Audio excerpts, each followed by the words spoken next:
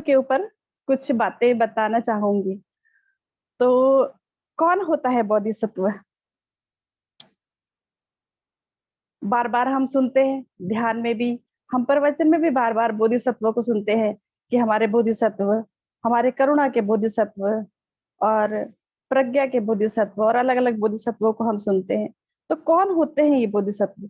तो मैं एक छोटी सी कहानी बताकर शुरुआत करूंगी कि पूर्व में हमारे भूतकालीन जो बुद्ध हुए यानी दीपंकर, तो उन्हीं की ये कहानी है। तो उस समय सुबोध सुमेध बोधिसत्व थे और उनकी ये कहानी है, बड़ी प्रसिद्ध है। धम्माचार्य सुबूति भी अक्सर ये कहानी बताते हैं।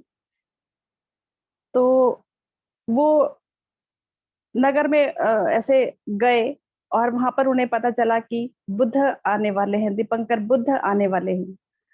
तो बहुत ही सी तैयारियां चल रही हैं।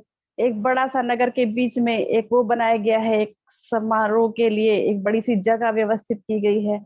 वहां पर सजाया जा रहा है, फूल मालाएं हैं, लोग फूल ले लेकर बड़ी श्रद्धा से बुद्ध दीपंकर का इंतजार कर रहे हैं, उनकी स्वागत के लिए तैयारियां कर रहे हैं। और नगर श्रेष्ठी, उपासक उपासिकाएं और सभी वहां पर पहुंच रहे हैं और उनके स्वागत की तैयारियां चल रही हैं। तो सुमेध कहते हैं कि कौन आ रहे हैं जिसकी इतनी तैयारियां हो रही हैं। तो उन्हें बताया जाता है कि दीपंकर बुद्ध आ रहे हैं।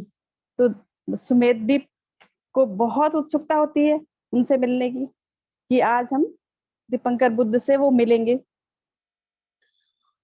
और जब दीपंकर बुद्ध आए और उनसे प्रत्यक्ष रूप से मिले, बोधिसत्व सुमेध से, तो उनकी प्रज्ञा से, उनकी आभा से वो बहुत प्रभावित हुए।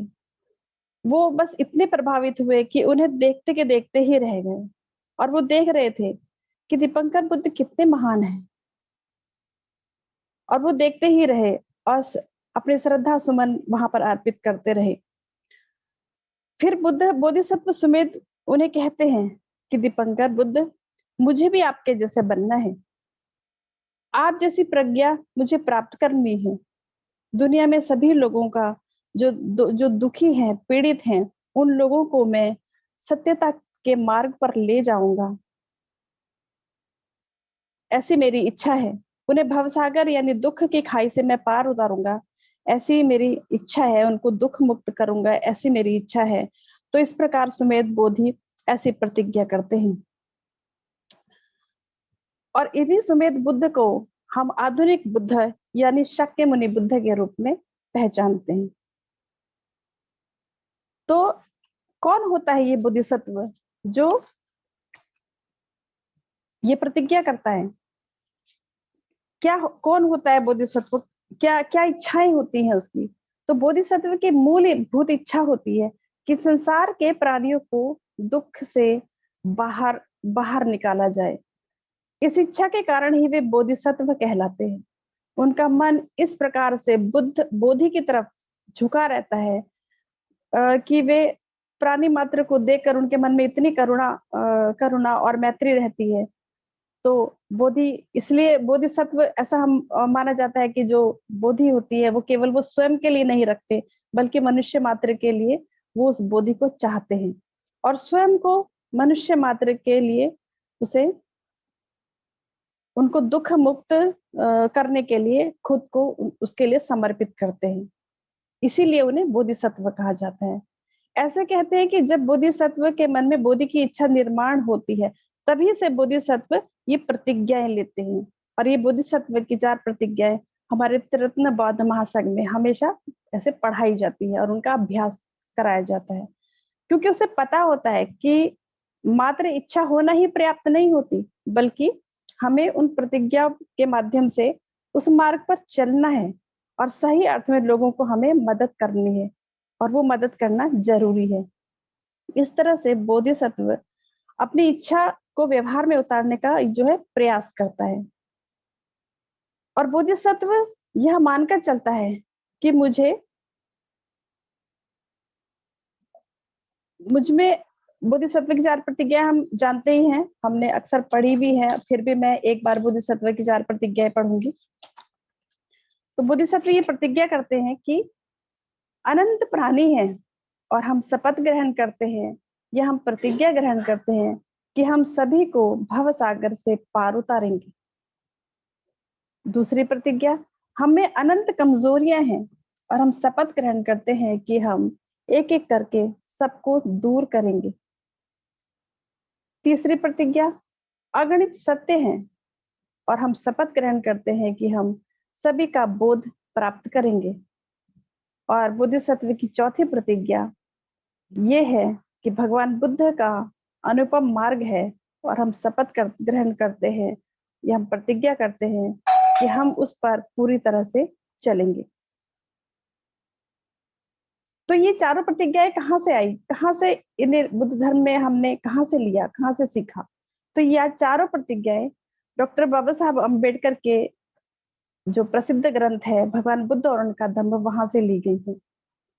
और हमें पता है कि यह ग्रंथ लिखने के लिए बाबा साहब ने मतलब अपने जीवन के बहुत ही बहुमूल्य जो उनका अंतिम समय था वो उन्होंने इस ग्रंथ को लिखने के लिए दिया है। और हम इस बात को ऐसे भी समझ सकते हैं कि अपने जीवन के अंतिम दिनों में उन्होंने जो उनकी तबीयत खराब थी, तबीयत खराब होने के बावजूद भी उन्होंने ये ग्रंथ बहुत ही मेहनत से लिखा, और अपने जीवन के अंत में उन्होंने जो भी लिखा उन्हें हम बाबा साहब अम्बेडकर के अंतिम शब्द के रूप में हम मान सकते हैं। तो ये ऐसी चार प्रतिज्ञाएं हैं। तो बाबा साहब को भी तो हम बोधिसत्व कहते हैं। हमारे आधुनिक बोधिसत्व कौन? यानी डॉक्टर भीमराव अम्बेडकर, यानी बाबा साहब। और उन्हीं का ही आज हम बाबा साहेबानुस्मृति का ध्यान आज हम करेंगे। तो बोधिसत्व की चार प्रतिज्ञाएं इसी तरह से होती है कि जैसे मैंने बताया कि अनंत प्राणी है और हम शपथ ग्रहण करते हैं कि हम सभी को भव सागर पार उतारेंगे। तो हम देख सकते हैं कि बाबा साहब ने अपना पूरा जीवन किस तरीके से एक पूरे देश के लोगों में जो फैली हुई असमानता थी, जो फैला हुआ शोषण था, उत्पीड़न था, और उससे जो लोग शोषित हो रहे थे, उससे जो लोग पीड़ित थे, एक पुरानी कुरीति के माध्यम से जो सदियों सदियों से जो लोग पीड़ित हो रहे थे, अत्याचार सहन कर रहे थे पुरानी पीढ़ियों के कारण, कुरीतियों के कारण, तो उससे उन्होंने हमें बाहर निकाला और हमें दुख मुक्त और भय मुक्त बनाया, और साथ ही हमें धम्म का रत्न भी प्रदान किया। तो बस मैं समय की इतना ही मैं बोलने वाली हूँ, और आज हम ज्यादा समय ध्यान के लिए ही देने वाले हैं। तो मैं बाबा साहेबानुस्मृति का आज ध्यान देने वाली हूँ, और मैं उम्मीद ऐसी आशा करती हूँ कि हम सभी बहुत ही श्रद्धा के साथ हम आज बाबा साहेबानुस्मृति करेंगे। और ये ध्यान हमें शिविर में कराया जाता है, और ये ध्यान हमें करना भी चाहिए, क्योंकि जब तक हमारे मन में श्रद्धा निर्माण नहीं होती तो हमारा आध्यात्मिक जीवन आगे नहीं जा सकता, आगे जाता ही नहीं। क्योंकि हम अ, अपने आदर्शों के प्रति हम जब तक हम श्रद्धावान ना हो, जब तक निष्ठावान ना हो, और जब जब तक हमारे मन में उनके प्रति कृतज्ञता की भावना ना हो, ग्रेटिट्यूड की भावना ना हो, तो तब तक हमारा आध्यात्मिक मार्ग हमेशा बाधित रहता है। तो हमारी जो शक्तियां हैं, हमारी जो बंदिश शक्ति है, वो खुल ही नहीं पाती, क्योंकि हम कृतज्ञ नहीं होते, वहां पर ग्रेटिट्यूड नहीं होते। तो इसलिए हमारे संघ में मैंने कई बार मतलब इस तरह का शिविर में ध्यान किया है। तो आज हम उसी ध्यान को हम करेंगे। तो मैं सीधे ही ध्यान करवाती हूँ, कोई बीच में ऐसे ब्रेक नहीं लूंगी। तो हम अपनी बैठक ठीक करेंगे ध्यान के लिए, खुद को हम तैयार करेंगे। थोड़ा लंबे समय तक भी हम आज बैठने वाले हैं। तो हमारी बैठक, पूर्व तैयारी,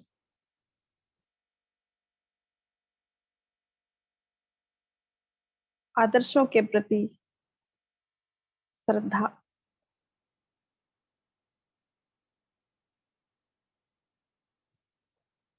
शरीर के प्रति जागृति,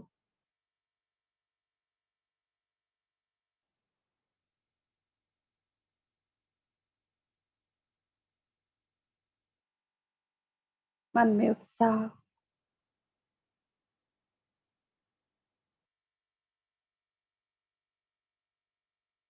आज हम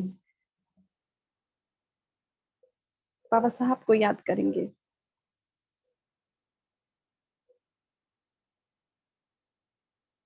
कृतज्ञ होंगे उनके प्रति।